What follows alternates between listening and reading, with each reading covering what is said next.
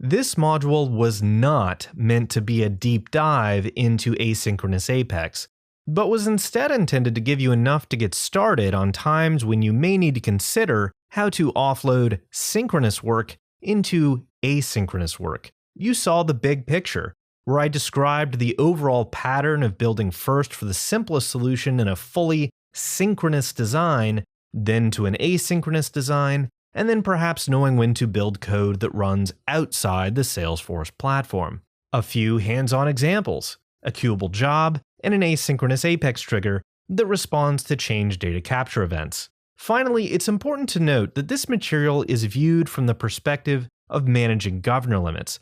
To become an expert builder of asynchronous and off-platform techniques, that lies in your developer journey elsewhere. Remember to leverage other courses here on Pluralsight for exploring those topics in more detail.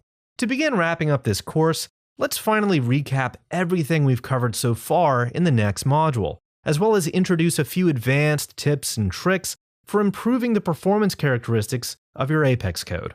There, I'll show you some tips for really polishing your Apex to the fullest extent possible. In total, combining all these tricks can make a dramatic difference in your code quality. I'll talk to you there.